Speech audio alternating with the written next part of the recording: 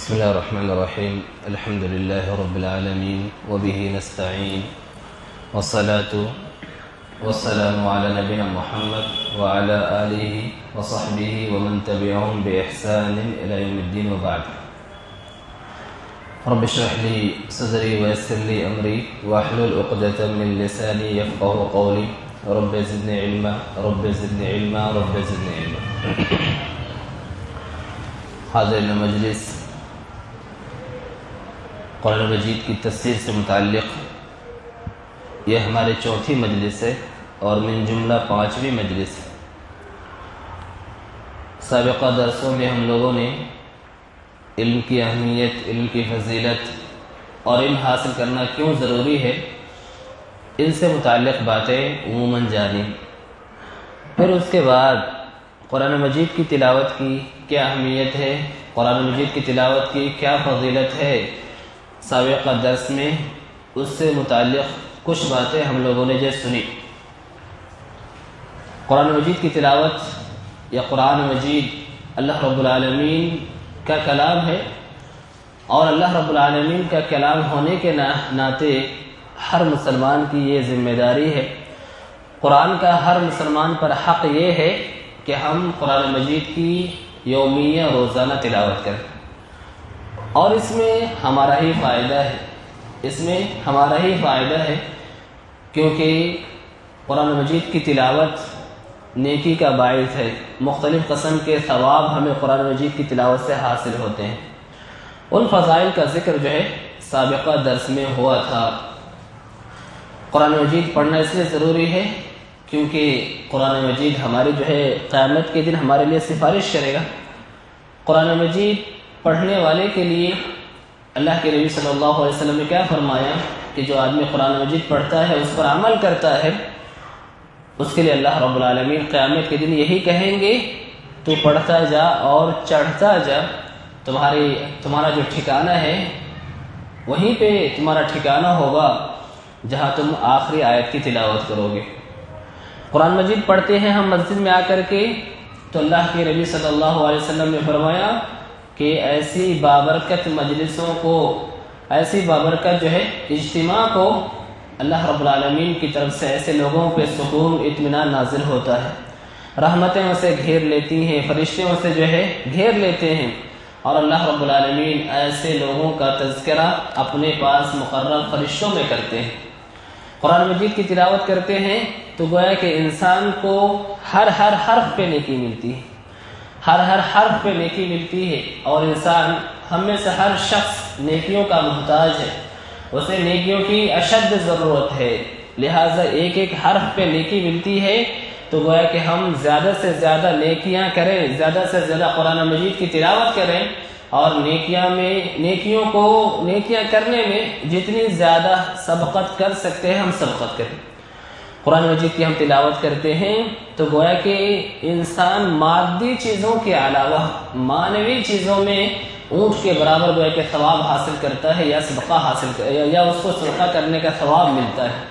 اللہ کے نبی صلی اللہ علیہ وسلم نے فرمایا کہ کوئی بھی آدمی مسجد جائے، قرآن مجید کی آیتوں کو سیکھے یا اس کی تلاوت کرے، گویا کہ یہ اس کے لیے جتنی آیتیں وہ تلاوت کرے گا اتنی اونٹنیوں سے بہتر ہے۔ تو اس طرح کے متعدد فضائل جس کا جو ہے ذکر سابقہ درس میں ہوا تھا، بالاختصار اس کا یہاں پہ اعادہ ہو گیا الحمدللہ۔ لہٰذا ہم ضرور یومیہ قرآن مجید کی تلاوت کا اہتمام کریں۔ قرآن مجید کھول کر کے کم سے کم جو ہے ایک پارے کی تلاوت کی جو ترکیب سابقہ درس میں آئی تھی کہ ہم نمازوں سے پہلے، نمازوں کے بعد 5-10 منٹ تخصیص کریں، خاص کریں، اس میں 4 سے 5 صفحہ کی تلاوت اگر ہم ہر نماز بات کرتے ہیں تو اس طریقے سے 5 نمازوں کے بعد ہم تقریباً یومیہ ایک پارے کی تلاوت کر سکتے ہیں۔ اگر ہمیں اس کا موقع نہ ملا تو چلتے پھرتے جو صورتیں ہمیں یاد ہیں ہم ان صورتوں کو پڑھیں، ان صورتوں کو پڑھنے کے ذریعے سے قرآن مجید کی تلاوت کا ہم ثواب حاصل کریں۔ تو ہر انسان کی کوشش ہونی چاہیے اس مسئلے کی باذن اللہ تعالی۔ اللہ رب العالمین ہمیں قرآن مجید سے محبت اور قرآن مجید کی تلاوت کرنے والا بنائے، آمین۔ اب باذن اللہ تعالی قرآن مجید کی جو پہلی سورہ ہے اس سورہ سے متعلق آج کچھ بنیادی باتیں جو ہے ہم لوگ جانیں گے، اور ہمیں معلوم ہے کہ قرآن مجید کی جو پہلی سورہ فاتحہ ہے، سورہ فاتحہ قرآن مجید کی ترتیب کے اعتبار سے یہ پہلی سورہ ہے، اور علماء نے ذکر کیا ہے کہ نازل ہونے کے اعتبار سے یہ 5ویں سورہ ہے۔ مصحف کی جو ترتیب ہے، قرآن کی جو ترتیب ہے، وہ پہلی سورہ اس اعتبار سے، لیکن اللہ رب العالمین کے پاس سے نازل ہونے کے اعتبار سے اس کی تعداد 5ویں نمبر کی ہے، یا اس کی ترتیب 5ویں نمبر کی ہے، اور اس سورہ کو سورہ فاتحہ کہا جاتا ہے۔ اور اس کی نسبت یا اس کی وجہ یہی ہے کہ قرآن مجید کی شروعات، قرآن مجید کا جو آغاز ہے وہ اسی سورہ سے ہے۔ تو فاتحہ کا معنی ہی ہوتا ہے گویا کہ کھولنا، تو جیسے ہم قرآن مجید جو کھولتے ہیں، شروع کرتے ہیں، گویا کہ سب سے پہلی جو سورہ ہمارے سامنے ہے وہ سورہ فاتحہ ہے۔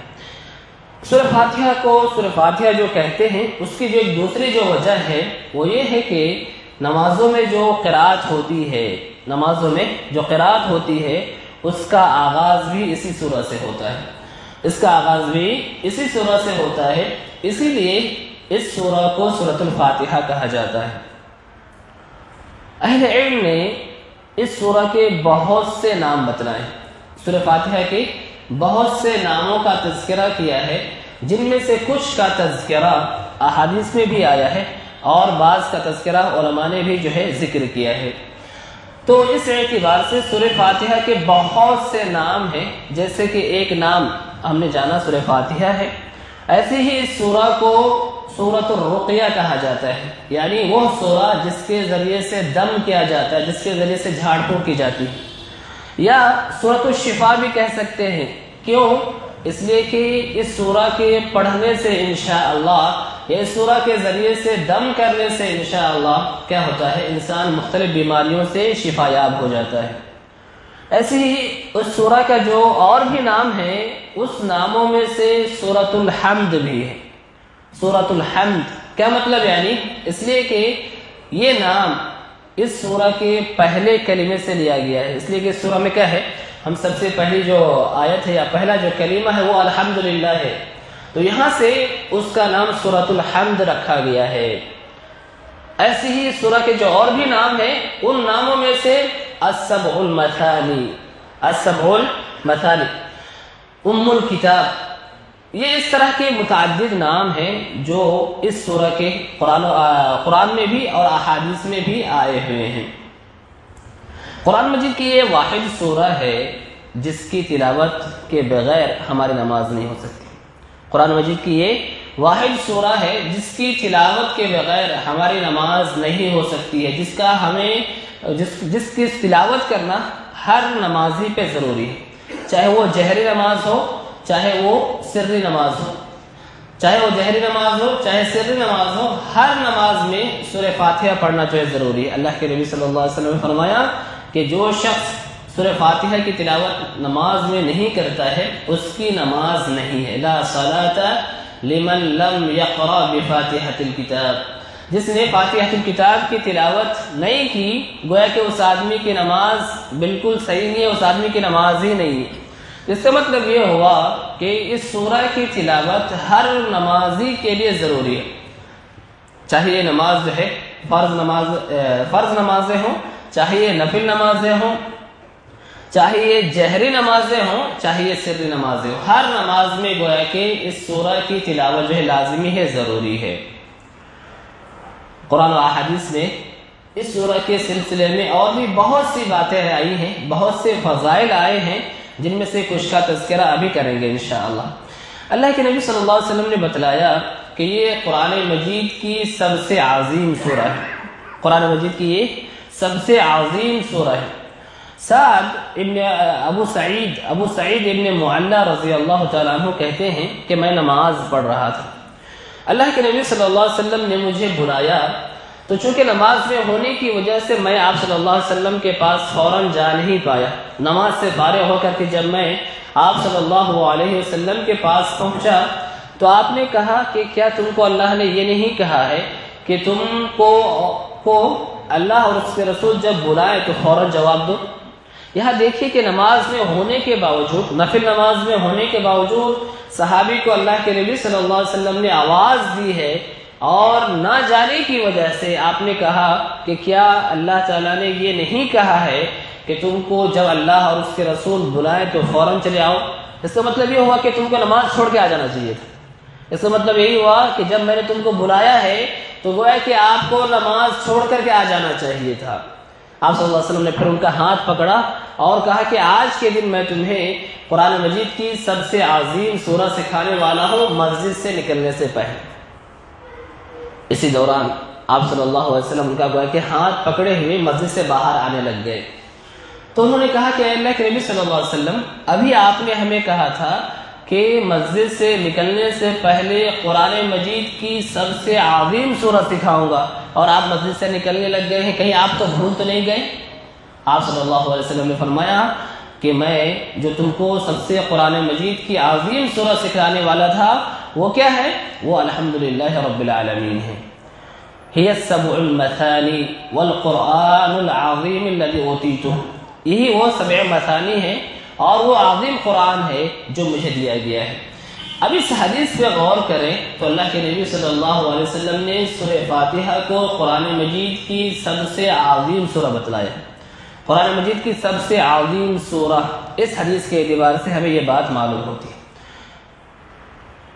آسمانی کتابیں اللہ کی جانب سے جو بھی نازل ہوئی ہیں، چاہے وہ توریت ہو، چاہے وہ زبور ہو، چاہے وہ انجیل ہو، حتیٰ کہ خود قرآن مجید ہو، ان تمام آسمانی کتابوں میں جو بھی اللہ کی طرف سے جو ہے آیتیں آئی ہیں، ان تمام میں سورہ فاتحہ جیسا کوئی سورہ نہیں اترا ہے۔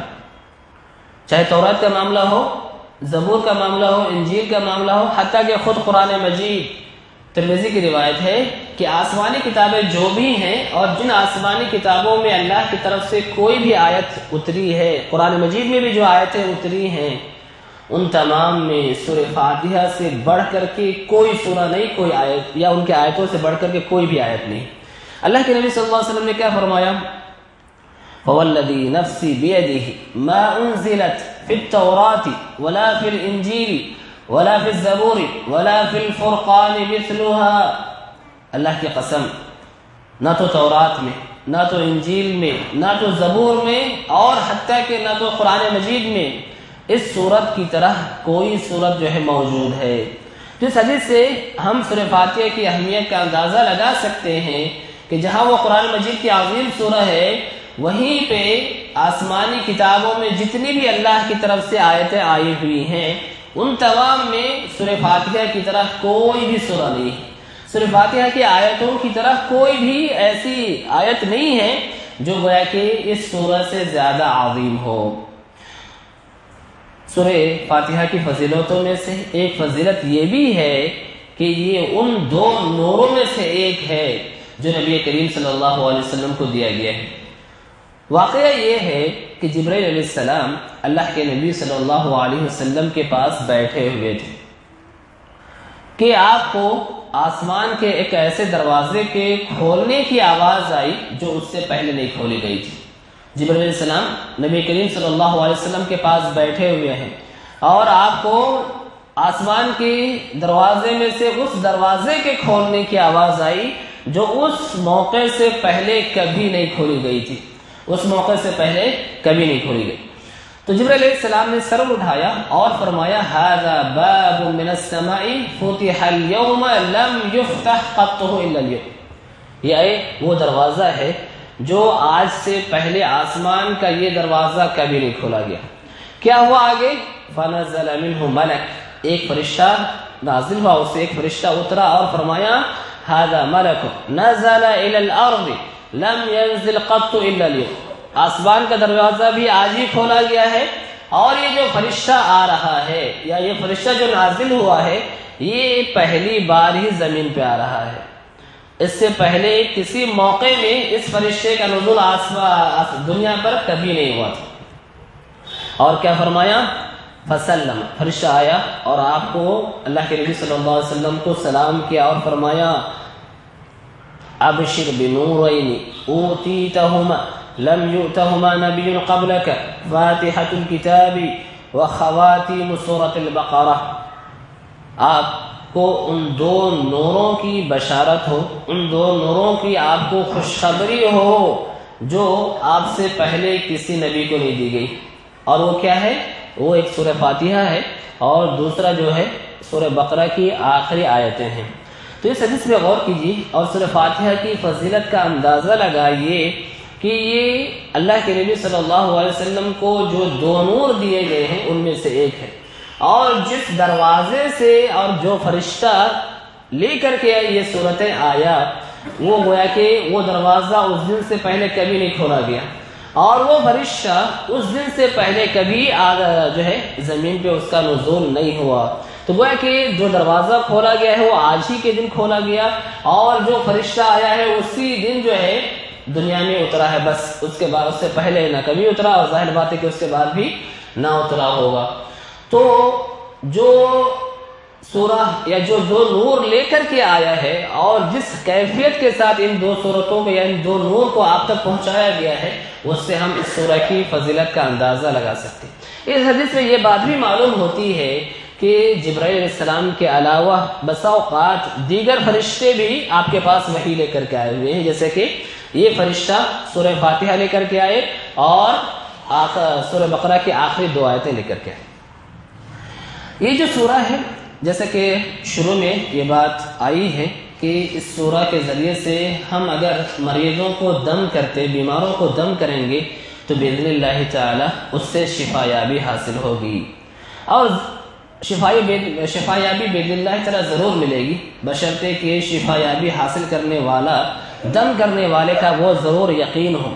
اور قرآن مجید کو اللہ نے جو ہے شفا یابی کا ذریعہ بتلایا ہے، اور قرآن مجید سے شفا یابی حاصل کرنا یہ گویا کہ ہمیں جو ہے شفا یابی حاصل کرنی چاہیے، اس کے ذریعے سے ہمیں استشفاء بالقرآن کہتے ہیں، قرآن سے شفا یابی حاصل کرنا، ہمیں اس کا اہتمام کرنا چاہیے۔ ہوتا یہ ہے کہ ہم کو خود پڑھتے ہوئے قرآن مجید کے ذریعے سے رقیہ کرتے ہوئے اکثر حالات میں ایسا بھروسہ نہیں ہوتا ہے کہ کیا ہم جب یہ رقیہ کریں گے اس کے ذریعے سے تو اللہ تعالی ہمیں شفا یابی دے گی۔ قرآن مجید شفا ہے، قرآن مجید کے ذریعے سے اللہ رب العالمین ضرور شفا دے گا، بشرطے کہ وہ یقین ہونے چاہیے۔ ہمارے پاس یقین نہیں ہوتا ہے، ہم دم بھی کر لیتے ہیں، اس کو پڑھ کر کے کسی کو جھاڑ پھونک کر بھی دیتے ہیں، تو ہم کو اتنا اطمینان، اتنی یقین کی وہ کیفیت نہیں ہوتی ہے ہمارے پاس جو کیفیت اس کے ذریعے سے شفا یابی طلب کرتے وقت ہونی چاہیے۔ واقعہ کیا ہے؟ یہ اللہ کے نبی صلی اللہ علیہ وسلم کے صحابہ کا ایک واقعہ ہے۔ صحابہ کی ایک جماعت کہیں سفر پہ تھی، واپسی میں کسی علاقے میں وہ لوگ رکے اور ان لوگوں سے کہا کہ ہم آپ کے ہاں مہمان رکیں گے، مہمان رہیں گے۔ لوگوں نے ان کی مہمان نوازی کرنے سے انکار کر دیا، لوگوں نے ان کی مہمان نوازی کرنے سے انکار کر دیا۔ اتفاق سے ہوا یہ کہ اس قبیلے کا، اس ایریا کا جو سردار تھا اس کو جو ہے بچھو ڈس لیا، لاکھ اپائے کے باوجود جو ہے بندہ شفایاب نہیں ہو رہا ہے، ایک دم بالکل تڑپ رہا ہے۔ تو دیکھیں کہ کہے کہ وہ جو جماعت تمہارے پاس آئی ہے، ہو سکتا ہے کہ اس جماعت کے پاس کوئی نہ کوئی اس سلسلے کی دوا ہو، علاج ہو، جاؤ دیکھو کہ کیا واقعی ان کے پاس علاج ہے کیا۔ تو جب وہاں سے کوئی آدمی آیا اور کہا کہ ہمارے قبیلے کا سردار جو ہے اس کو بچھو نے ڈس لیا ہے، آپ کے پاس کوئی علاج ہے، کوئی دوا ہے؟ تو لوگوں نے کہا کہ ہم اسی وقت علاج کریں گے جب تک کہ تم ہم کو علاج کرنے کا بدلہ دو، اس لیے کہ ابھی ہم نے مہمان نوازی طلب کی تھی، تم لوگوں نے سے انکار کر دیا، اب علاج کی باری آئی تو تم جو ہے علاج کروانا چاہتے ہو، ہم بھی تم کو چھوڑیں گے نہیں، ہم بھی تم سے جو ہے اس کا بدلہ لیں گے، جب تک کہ تم آپ بدلہ نہیں دو گے اس وقت تک ہم تمہارا جو علاج کرنے والے نہیں ہیں۔ روایتوں میں آیا کہ انہوں نے اس علاج کے بدلے تقریباً ان کو 30 بکریاں دی گئی، صحیح بخاری کی روایت ہے کہ 30 بکریاں ان کو اس علاج کے بدلے دی گئی۔ صحابہ میں سے ایک صحابی گئے اور جانے کے بعد صرف سورہ فاتحہ کے ذریعے سے دم کیا، بندہ بالکل جو ہے فریش ہو کر کے اٹھ کھڑا ہوا جیسے کہ اس کو کوئی بیماری نہیں ہے۔ اب 30 بکریاں ملی ہیں، آپس میں بکریاں لے کر کے آنے کے بعد آپس میں جو ہے مشورہ ہوا کہ ہم کیا کریں ان بکریوں کا۔ تو مشورہ یہ ہوا کہ ہم ان بکریوں کو آپس میں تقسیم نہیں کریں گے جب تک ہم اللہ کے نبی صلی اللہ علیہ وسلم سے اس کے بارے میں دریافت نہ کر لیں۔ آپ نے فرمایا کہ تم کو کیسے پتا چلا کہ یہ رقیہ ہے، یہ سورت رقیہ ہے، تم کو کیسے پتا چلا؟ میرا بھی ایک حصہ تم جو ہے بکریوں میں لگانا۔ تو اس سے یہ معلوم ہوا کہ جو تم نے کام کیا ہے نا، یا جو تم نے بکریاں بھی طلب کی ہے، یہ گویا کہ اس میں کوئی حرج نہیں ہے۔ تو یہاں واقعے سے اندازہ لگائیے اور اللہ کے نبی صلی اللہ علیہ وسلم کے اقرار سے اندازہ لگائیے کہ سورہ فاتحہ کے ذریعے سے دم کرنے کی وجہ سے اس بچھو کا ڈسا ہوا آدمی بالکل شفایاب ہو گیا، بالکل تندرست ہو گیا۔ تو وہ کہ اس سورہ کے ذریعے سے علاج، اور قرآن مجید کسی بھی آیت کے ذریعے سے انسان جو ہے دم کر کے علاج کر سکتا ہے۔ یہ وہ سورہ ہے جس کے بارے میں اللہ کے نبی صلی اللہ علیہ وسلم نے فرمایا، حدیث قدسی ہے کہ اس سورہ کو اللہ سبحانہ و تعالیٰ نے اپنے درمیان اور بندوں کے درمیان آدھا آدھا تقسیم کر رکھا ہے۔ اللہ نے فرمایا کہ میں نے نماز کو قسمت الصلاۃ بینی و بین عبدی نصفین، میں نے صلاح کو، یہاں سورہ فاتحہ کو اللہ تعالیٰ نے حدیث قدسی میں صلاح کہا ہے، جس سے سورہ فاتحہ کے ناموں میں سے ایک نام کا ہمیں پتہ چلتا ہے کہ سورہ فاتحہ کو الصلاح بھی کہتے ہیں، اس کا الصلاح بھی نام ہے۔ حدیث قدسی ہے، اللہ تعالیٰ نے فرمایا کہ میں نے سورہ فاتحہ کو 2 حصوں میں تقسیم کیا ہے۔ تو یہ حدیث قدسی میں اللہ نے فرمایا کہ یہ سورہ فاتحہ کے 2 حصے ہیں اور میں نے اس کو 2 حصوں میں تقسیم کیا ہے۔ جب بندہ الحمدللہ رب العالمین کہتا ہے تو اللہ سبحانہ تعالیٰ کہتے ہیں کہ بندے نے میری تعریف کی۔ تو یہاں دیکھیے کہ اس حدیث کے اعتبار سے، اس حدیث قدسی کے اعتبار سے اللہ رب العالمین نے اس سورہ کا نام الصلاح رکھا ہے اور اس کو اپنے اور بندوں کے مابین آدھا آدھا تقسیم کیا ہے، اور ساتھ ہی ساتھ یہ بات بتلائی ہے کہ اللہ تعالیٰ سے جو بھی بندے سوال کریں باذن اللہ تعالیٰ، اللہ رب العالمین بندے کو وہ ساری چیزیں جو ہے مہیا کریں گے، وہ چیزیں جو ہے ان کو عطا کریں گے۔ تو یہ سورہ فاتحہ اور اس سے متعلق کچھ بنیادی باتیں تھیں جو ہمیں سورہ فاتحہ کے متعلق جو ہے جاننی چاہیے، اور یہ بہت ہی عظیم سورہ ہے، سورہ قرآن مجید کی بہت ہی عظیم سورہ ہے۔ اور جیسے کہ ابھی ہم نے سنا کہ آسمانی کتابوں میں جتنی آیتیں اتری ہیں یا جتنی آسمانی کتابیں اتری ہیں، ان میں سورہ فاتحہ کے جیسا کوئی بھی سورہ نہیں ہے۔ اس سورہ کے ذریعے سے ہم کیا کر سکتے ہیں؟ شفایابی حاصل کر سکتے ہیں۔ اللہ تعالیٰ نے اس سورہ کا نام کیا رکھا ہے؟ صلاح رکھا ہے، اور اسے آپ اپنے اور بندوں کے درمیان آدھا آدھا تقسیم کیا ہے۔ تو یہ ساری باتیں اس بات پر دلالت کرتی ہیں کہ یہ سورہ جو ہے بہت ہی عظیم اور بہت ہی اہم سورہ ہے، جس کے معنی اور مطالب کے سلسلے میں باذن اللہ تعالیٰ آگے کو درسوں میں یہ بات آئے گی۔ یہاں یہ بات بھی جاننے کی ضرورت ہے، علماء نے اس سورہ کے بارے میں کہا ہے کہ قرآن مجید کے جو عام معنی ہو سکتے ہیں، بنیادی جو معانی ہو سکتی ہیں، وہ ساری کے سارے معانی اس سورہ میں جو ہے سمو دیے گئے ہیں۔ یعنی قرآن مجید کا خلاصہ، قرآن مجید کا جو نچوڑ ہے وہ ہے کہ اس سورہ میں موجود ہے۔ توحید کی تینوں قسموں کا تذکرہ اس سورہ میں موجود ہے۔ ایسے ہی اس سورہ میں لوگوں کو 2 حصوں میں تقسیم کیا گیا ہے، ہدایت یافتہ، غیر ہدایت یافتہ۔ اس سورہ میں آخرت کا بھی تذکرہ ہے کہ اللہ تعالیٰ جو قیامت کے دن بندوں کو جو ہے کیا کریں گے؟ اس کا جو ہے بدلہ دیں گے۔